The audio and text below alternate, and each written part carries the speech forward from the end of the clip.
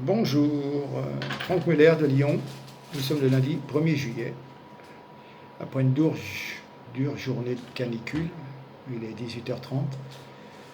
Très très chaud encore sur Lyon. Effectivement, réchauffement climatique. Maintenant, il y a du réchauffement politique. Il y a eu ces derniers jours une salve de sondages et on nous a expliqué que la cote de Macron est en hausse.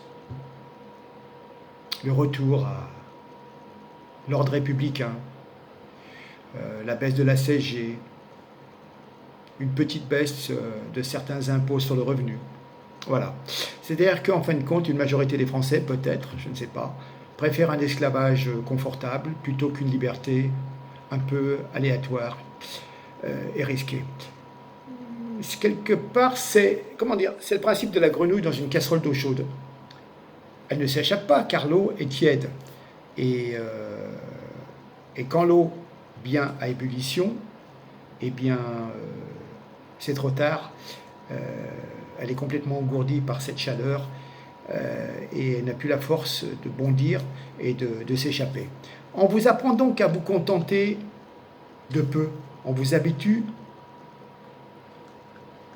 à vous contenter de moins en moins de choses, de moins en moins de liberté, de moins en moins de souveraineté, de moins en moins de réflexion. Suivez, petit mouton. Macron est notre berger. Il nous emmène à l'abattoir et il semblerait que, trompés par les médias, par le politiquement correct, certains de nos compatriotes suivent aveuglement. Alors, 1er juillet, contrôle technique renforcé pour les véhicules diesel. Ah là là, donc vous allez payer plus cher. Et la règle, c'est que votre véhicule ne devra pas polluer plus qu'à l'état neuf. Comment voulez-vous qu'un diesel qui a 4, 5, 6, 7 ans ne pollue pas plus, ne soit pas plus encrassé qu'à l'état neuf? Voyons. Donc le contrôle vous coûtera plus cher et on prévoit que 15% des véhicules contrôlés vont être recalés à cet examen, ce qui entraînera des frais importants de remise en état de votre véhicule dont vous avez impérativement besoin. Alors toujours, pollution, diesel, éventuellement essence. Donc plusieurs villes en France ont mis une circulation différenciée afin de lutter contre la pollution. Mais encore, c'est-à-dire, vous avez une vieille voiture, effectivement, vous polluez, votre vignette Crit-Air,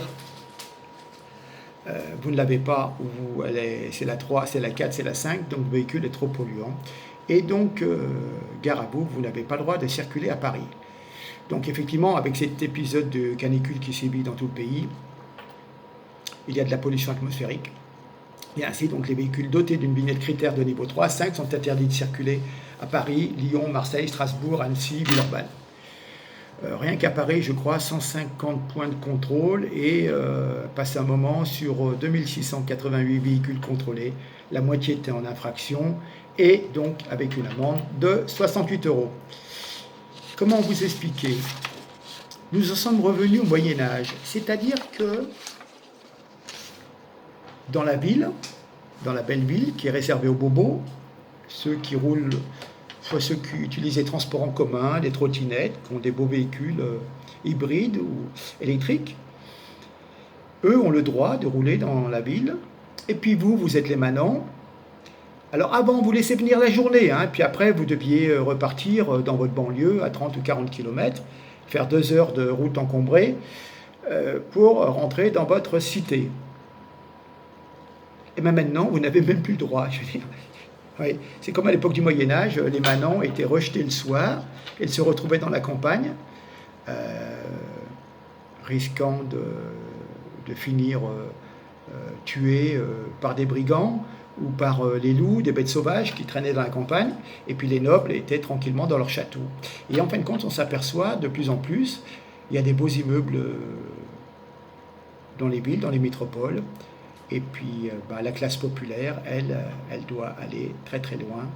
Elle est déclassifiée et on fait tout en fin de compte pour l'empêcher de venir en centre-ville avec un véhicule qui malheureusement est relativement ancien parce que les finances n'ont pas suivi et qui peut mettre 20, 30, 40 000 dans un véhicule, comptez 30 à 40 000 pour un véhicule hybride.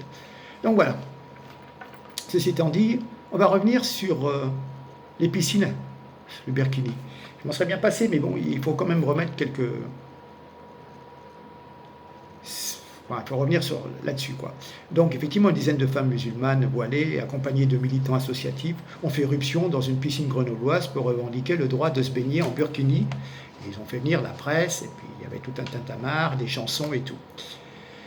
Ces femmes de l'association Alliance Citoyenne avaient déjà fait éruption dans une piscine en burkini pour faire acte de désobéissance civile contre les règles des piscines, qui sont discriminatoires, pour défendre la liberté des femmes. La liberté de s'aligner, peut-être, de s'aligner. Ouais, enfin bref. Pour ces personnes, interdire le burkini serait de l'islamophobie et la preuve qu'on veut les mettre au banc de la société. Encore une fois, c'est la preuve d'un islamisme politique qui ose agir en pleine lumière en détournant les valeurs françaises d'égalité entre les hommes et les femmes et en voulant couvrir les femmes. Évidemment, cette manifestation politique et intégriste n'a rien à faire en France, mais il démontre aussi une vision du corps qui est égale à l'égalité, à la dignité des hommes et des femmes. D'ailleurs, ce qui est surprenant, c'est que c'est interdit, le burkini est interdit, je crois, en Tunisie, au Maroc. J'ai vu des panneaux devant les piscines, effectivement, burkini interdit. Et donc, effectivement, les pays du Maghreb font tout pour combattre un certain intégrisme religieux qui voudrait prendre le pouvoir chez eux. Donc, n'autorise pas le burkini. Puis alors, quand vous regardez en Arabie Saoudite, quand vous regardez certaines lois qui sont édictées, des hadiths, des choses comme ça, qui sont édictées, il est hors de question qu'une femme pratiquante pour la religion de l'islam puisse aller, même si elle est intégralement habillée, puisse aller batifoler dans un bassin de piscine au milieu d'hommes nus à 90%. Dans leur esprit, la femme doit rester chez elle à attendre le retour de son mari et elle n'a pas le droit de conduire, elle n'a pas le droit de faire du shopping toute seule. Vous voyez? Donc, aller parler de burkini en parlant d'islam rigoriste, c'est même n'importe quoi, parce que c'est du médiatique. Mais, désolé, mais si vraiment une femme est religieuse du bout des pieds jusqu'au sommet de sa tête, ce week-end, dans des stations d'autoroute, j'ai vu des femmes, il faisait 37-38, qui avaient des collants noirs. Par contre, je n'ai pas vu si elle avait des gants noirs. Vous vous rendez compte ce qu'on impose à ces femmes, ou elles l'imposent elles-mêmes. Il fait 37 degrés, parce que ça allait me tenter, moi, ça allait me provoquer une érection de voir le bout de ses doigts de pied. Mais franchement, non mais, arrêtez quoi. Mais arrêtez, vous ne vous rendez pas compte là de ce que vous faites. Et en plus, elles sont volontaires pour porter ce déguisement. Je veux bien comprendre qu'on puisse adopter une religion, s'y soumettre, c'est vraiment de la soumission. Mais attendez, ne soyez pas ridicule quand même, vous jouez contre votre foi. Enfin bon, comment dire, c'est des associations qui vous manipulent et tout un prétexte. Une femme, même si vous avez un burkini, vous n'allez pas aller faire la folle dans un bassin au milieu d'hommes qui sont pratiquement à poil, quoi, qui ont 5 cm de tissu sur le corps en hauteur. Vous allez frôler à chaque moment et vous allez voir un contact, parfois peau contre peau. Non, bon, enfin, bref. Alors, il y a une chose quand même importante, c'est l'utilisation des termes. Il y a une récupération de la figure d'une femme qui s'appelait Rosa Parks, et si j'ai bonne mémoire, c'est une femme qui était victime de la ségrégation aux États-Unis, une femme noire, et qui avait résisté un moment, au lieu de prendre un car spécifique pour les Noirs, où elle est montée dans un bus qui devait être réservé qu'aux Blancs, où il y avait une histoire, les Noirs derrière, les Blancs devant, enfin, elle a refusé, elle s'est assise, elle a dit non, moi j'ai le droit d'être assise là, peu importe, je suis un être humain, etc. Donc là, il y avait une discrimination en fonction de sa couleur, pas en fonction d'une religion. Vous voyez ce que je veux dire? Je vais y venir. Dans une bibliothèque, un homme qui veut rentrer avec une cigarette à la bouche, à l'entrée, on lui fait remarquer que fumer à l'intérieur, pour des raisons d'hygiène et de sécurité, est interdit. L'homme va sourire, va s'excuser, et va éteindre sa cigarette, et va rentrer dans la bibliothèque. Mais s'il est obtus et manipulé, il va dire « Ah non, non, mais moi j'ai besoin d'avoir ma cigarette, de fumer, ou ma pipe pendant que je consulte des bouquins, quand je lis, pour me concentrer, la cigarette m'aide, et c'est vraiment une discrimination à mon encontre, vous vous rendez compte? Moi, il faut absolument que je fume en allant regarder des revues et des bouquins. » Donc, si on s'oppose à cet homme qui veut rentrer avec une cigarette, on le discrimine en fin de compte. Vous voyez ce que je veux dire? Est-ce qu'on peut dire vraiment c'est un traitement discriminatoire? Pas du tout. Pas du tout. Et oser dire que c'est du racisme, ça l'est encore moins. Comment dire? Écoutez-moi bien. La proscription d'un acte, d'un comportement ou d'un accessoire n'est en rien comparable à la proscription d'une personne. Pour dire les choses simples, être fumeur est interdit. On n'a pas le droit d'entrer avec une cigarette allumée. Mais ce n'est pas le fumeur ou la fumeuse qui est interdit. C'est simplement l'accessoire, la cigarette, c'est interdit. Ça n'a rien à voir avec une interdiction, une ségrégation portant sur la couleur de la peau. Il est facilement aisé de jeter sa cigarette. Par contre, il n'est pas aisé de changer de couleur de peau. Vous voyez? La vraie ségrégation, c'est de dire c'est interdit aux personnes de type sémite, c'est-à-dire nord-africaine, maghrébine, etc., ou noire, vous n'avez pas le droit d'entrer. Là, c'est du racisme, c'est de la ségrégation. Mais ce que l'on dit, c'est qu'il y a une obligation d'un règlement intérieur disant que les personnes qui ont tel type de maillot, un short, un bermuda, un burkini, n'ont pas le droit de rentrer, qu'il est précisé qu'il faut avoir une tenue, maillot une pièce ou deux pièces, en latex, en élastomère, enfin, vous voyez ce que je veux dire? On ne peut pas mettre sur le même plan la proscription d'un acte, une cigarette pour entrer à la fumer pour entrer dans une bibliothèque, ou porter un vêtement interdit dans une piscine. Ça, si c'est interdit, c'est réglementairement. Ce n'est pas interdire une personne en fonction de sa race. Donc, elles font exprès, ces personnes, en reparlant de l'histoire de Rosa Parks, qui, elle, a été vraiment discriminée en fonction de la couleur de sa peau. Il y a être et faire. Dans la réalité, aucune ni aucun musulman ne s'est jamais vu interdire l'entrée d'une piscine au motif de sa religion. Aucun personne de piscine n'a dit à qui que ce soit, vous êtes musulman, alors vous n'avez pas le droit d'entrer. La vérité, la question ne se pose jamais, c'est bien normal. Mais en revanche, tel accessoire de bain ou tel comportement peut être proscrit pour des raisons de sécurité, d'hygiène ou d'agrément des usagers. Le bermuda est proscrit, le short, la baignade nue est proscrite également. Donc, affirmer que l'interdiction du burkini est une discrimination envers les femmes musulmanes, c'est poser en principe que le burkini participe de l'identité de la femme musulmane et constitue pour elle une seconde peau dont il lui est pratiquement impossible de se départir, que ça lui est impossible à enlever. Non. Le burkini n'est pas partie intégrante de l'être des femmes musulmanes. Par contre, avoir une peau noire ou être métissé, oui. Et donc là, évidemment, il y a ségrégation.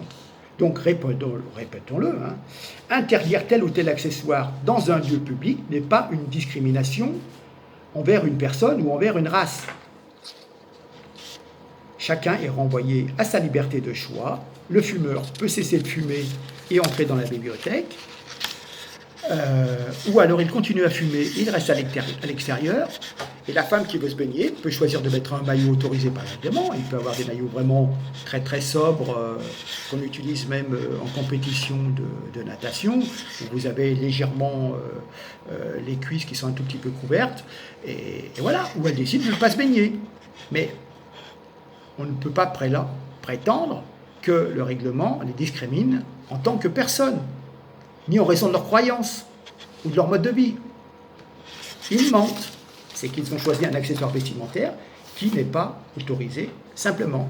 Arrêtons d'amalgamer en se disant les vierges effarouchées, oui, vous vous rendez compte, je suis discriminé parce que je suis musulmane, on ne peut pas me laisser rentrer à la piscine. Non, c'est parce que vous portez un vêtement qui est interdit. D'ailleurs, qui est même interdit quelque part par le Coran, parce que même en Arabie Saoudite, ils vous disent, mais il est hors de question qu'une femme aille se balader dans un bassin où il y a des hommes pratiquement nus qui sont en train de nager, en train de s'amuser. Voilà, après il faudrait savoir quand même. Bon. Alors c'est bien beau, vous allez en Arabie Saoudite, vous allez à la Mecque pour faire le pèlerinage, mais vous n'écoutez pas ce qu'on vous dit. Vous n'écoutez pas ce que disent les hommes de loi en Arabie Saoudite. Par contre, vous sortez un truc un peu gadget, le burkini. Ouais, d'accord. Alors, il faudrait savoir un moment, vous savez, vous vivez en Europe, je m'excuse, mais c'est comme ça, il y a des avantages, il y a des inconvénients, mais c'est ce que j'appelle des droits et des devoirs. Hein. Vous avez des droits, et puis il y a des devoirs, c'est de respecter des réglementations qui sont en place. Bon, ben, c'est pas tout à fait ce que vous voulez, mais bon, je vous l'ai dit il y a plusieurs fois, hein, nous, si on va au Maghreb, on nous dit, attendez, les femmes, elles ne se mettent pas en mini-short, elles n'ont pas les décolletés plongeants avec la poitrine abondante qui sortent pour aller visiter une mosquée, on enlève ses chaussures et tout. On se conforme à votre règlement, chez vous, qui est en place. Ben, chez nous, il y a un autre règlement qui est différent. Bon, c'est tout, merde, quand même. Voilà, c'est tout. Bon. Alors, n'allez pas me traiter que je suis un méchant raciste, etc. J'analyse les faits. Il y a une discrimination si vous êtes discriminé par la couleur de votre peau, par votre religion. Si on dit c'est interdit aux musulmans, oui. Mais si on dit c'est interdit à n'importe quelle femme qui porte un burkini parce que la réglementation veut un maillot de bain classique standard, c'est autre chose. Après, vous, libre à vous, etc. Bon, ok. Ne pas jouer les pleureuses. Hein. Je sais que je vais me faire encore injurier, mais bon. Voilà. Maintenant, je vais vous parler d'un sujet relativement récent, qui est le traité du Mercosur. On va revenir donc à la commission de Bruxelles. C'est-à-dire que cette commission de Bruxelles, je vous l'ai dit plusieurs fois, n'est élue par personne et ne rend de compte à personne. Hein. Le Parlement européen, on en a parlé pour les élections européennes, n'est pas maître de l'ordre du jour et enregistre et approuve les décisions de la commission. Mais, et là ils sont fins, le commerce extérieur, le droit du travail échappe au vote de ce Parlement. Donc, ce qui explique la facilité de mettre en place le TAFTA, le CEFTA, maintenant le Mercosur et les différentes lois sur le travail. Voilà. Hein. Donc, alors on a appris que c'était historique.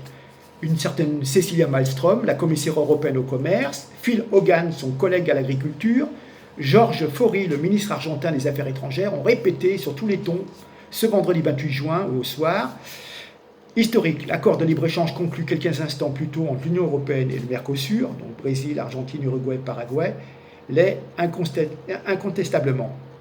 C'est le plus grand et le plus important du genre jamais négocié par l'Union européenne. Il devrait créer un marché intégré de 780 millions de citoyens consommateurs sud-américains comme européens. Bon, il semblerait que les préoccupations écologiques d'Emmanuel Macron aient été prises en compte et que le Brésil s'est engagé à respecter l'accord de Paris sur le climat. Alors, tout est fait pour le business, pour les multinationales. On prévoit des baisses de tarifs douaniers de 4 milliards d'euros annuels rien que pour les Européens, soit des baisses 4 fois plus importantes que celles permises par l'accord conclu entre l'Union européenne et le Japon en 2017. Mais pourquoi ? Pour aller vendre des voitures allemandes au Brésil, pour aller vendre des parfums, je sais pas, voilà. Mais pas pour le bien du consommateur européen. On va avoir des marchés supplémentaires, mais toutes les grosses multinationales ne fabriquent pas en France, ni en Allemagne, fabriquent dans des pays tiers.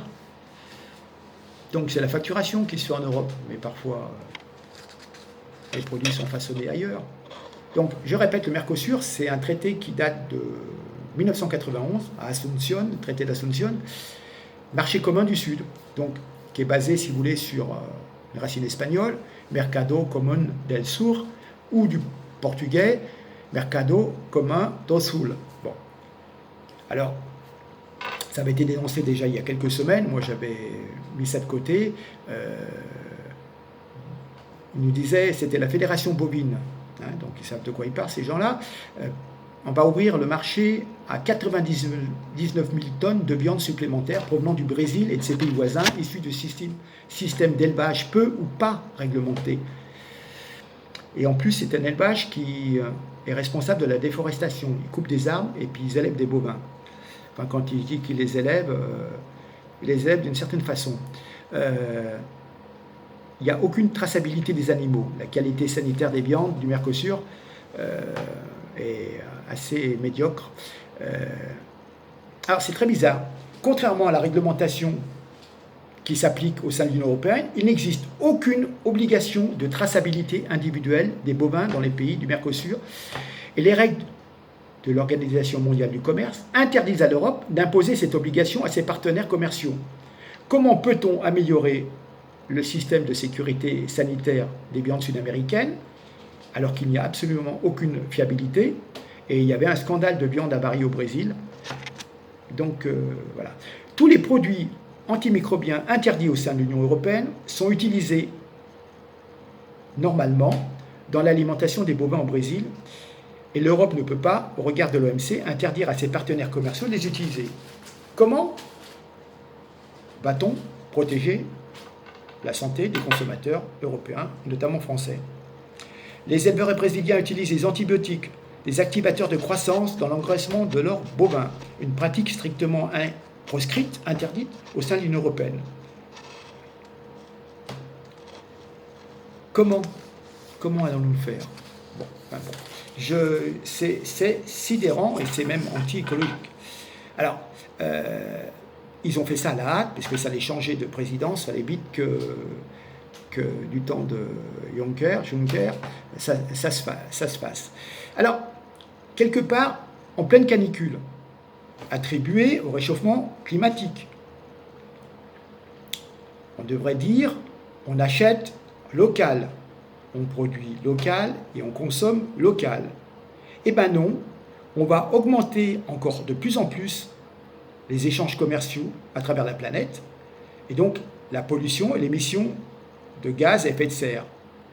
En plus, ces pays du Mercosur sont des champions des pesticides, de la déforestation, je vous en ai parlé. Vous voyez, je veux dire, on va augmenter encore les transports de viande, alors que de la viande on en a chez nous, il n'y a pas besoin de faire venir celle d'Amérique du Sud qui sera certainement moins chère, mais beaucoup plus polluée par des tas de produits. Et après, on va vous dire, ne prenez pas votre diesel parce que vous polluez et il y a l'effet de serre. On va faire venir des bateaux entiers de viande congelée ou je ne sais trop.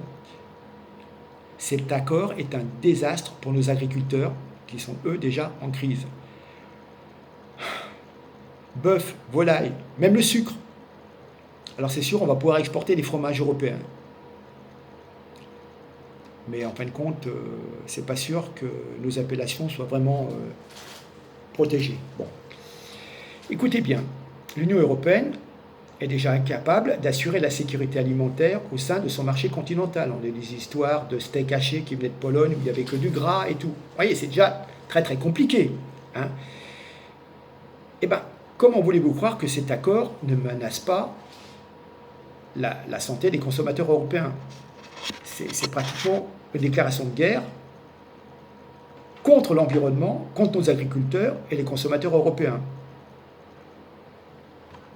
D'ailleurs, nos agriculteurs sont encore une nouvelle fois sacrifiés sur l'autel de la mondialisation sauvage. D'ailleurs, même des députés En Marche,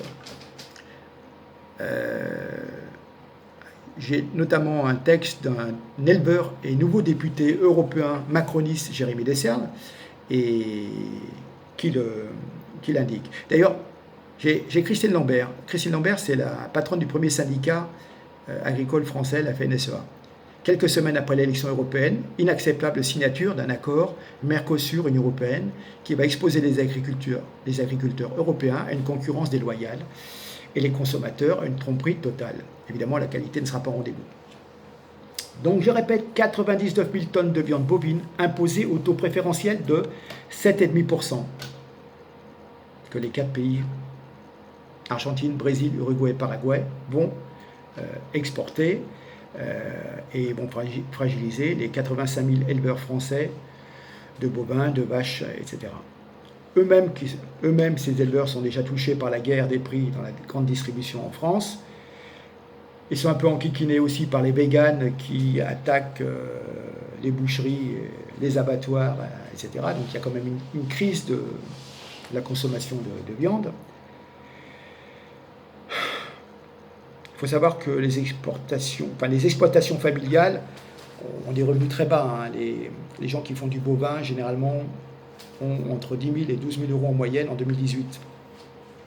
Mais bon, ils ne vont jamais arriver à concurrencer les usines à viande latino-américaines qui sont avec des produits boostés aux antibiotiques. D'ailleurs, il y a un double standard de production. Antibiotiques utilisés comme hormones de croissance d'un côté, avec des arbres coupés, déforestation, contre toujours plus de normes. Pour nous les Français, il y a toujours plus de normes environnementales côté européen. Il faut refaire les abattoirs, il faut faire comme ci, il faut faire comme ça. Enfin bon, c'est la folie, quoi. Hein. Et d'ailleurs, donc, je vous parlais d'un eurodéputé, c'est l'ancien président des Jeunes Agriculteurs, tout nouveau député européen de la liste Renaissance soutenue par Emmanuel Macron. Et il cite en parfaite transparence, un vendredi soir, l'accord commercial Union européenne-Mercosur est conclu par la commission sortante, donc celle de Juncker. Les consommateurs et les agriculteurs méritaient plus de respect. En tant que député européen, je ne peux l'approuver. C'est un député en marche. Il faut savoir que depuis quelques années, déjà 1500 exploitants agricoles bovins ont disparu. Voilà.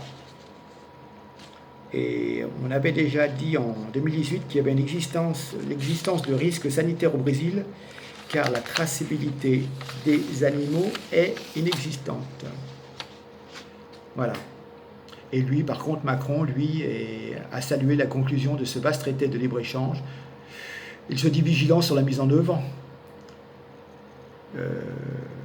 Mais bon, c'était fait pour le libre-échange. Ils sont contents de pouvoir bazarder des produits des multinationales. Et puis nous, en échange, on va acheter de la merde, pardonnez-moi de l'expression. Et puis voilà. Et puis nous allons être intoxiqués. Il n'y a aucune traçabilité, je vous l'ai dit. Ça ne suffisait pas déjà 27, 28 pays qui s'échangent déjà des produits qui sont parfois très, très difficiles à manger. Eh ben non. Vous vendez du cheval à la place du bœuf. Vous avez vu les scandales? Eh ben non. On va faire venir des produits d'Amérique du Sud. Et même du sucre. Donc du coup, les gens qui font du sucre chez nous, betteraves, etc. Et dans les dom-toms, les départements d'outre-mer qui font de la canne à sucre et tout, je pense que ça va flinguer certaines exploitations. Enfin voilà le progrès. Donc voilà les traités par Macron. Donc je vous avais déjà expliqué qu'avec le CETA, avec le Canada, il y avait 41 produits interdits en France qui étaient utilisés au Canada et qu'on retrouvait ça dans nos assiettes. Maintenant, vous en aurez encore d'autres qui viendront du Brésil, Paraguay, Argentine, etc. Voilà les dernières nouvelles. Écoutez, il fait très très chaud. Je vais aller boire un coup parce que là... Voilà, vous savez tout. Écoutez, merci de m'avoir reçu chez vous. Merci pour toujours les commentaires, les partages. J'espère vous avoir apporté un élément d'information. Je pense qu'il faut privilégier les produits locaux. En même temps, on nous casse les bonbons avec l'écologie. Achetons des produits, je ne sais pas moi, lyonnais, et des produits dans le Charolais, etc. Voilà, mieux vaut manger peu de viande, mais manger quelque chose de qualité, qui a un suivi, qui a une traçabilité. On n'est plus à l'époque où on mangeait un steak par jour, hein, voire deux. Hein. D'accord? Donc privilégiez, regardez les étiquettes et méfiez-vous de tout ce qui est importation. Voilà. D'accord? Allez. Merci pour tout. Je vous souhaite une bonne semaine. On va, je pense, se retrouver avant la fin de la semaine. Il y a tellement de choses à évoquer. Écoutez, portez-vous bien. Faites attention aux orages. C'est pour bientôt. Allez, merci. Merci, merci. Merci encore pour tous les partages. Au revoir.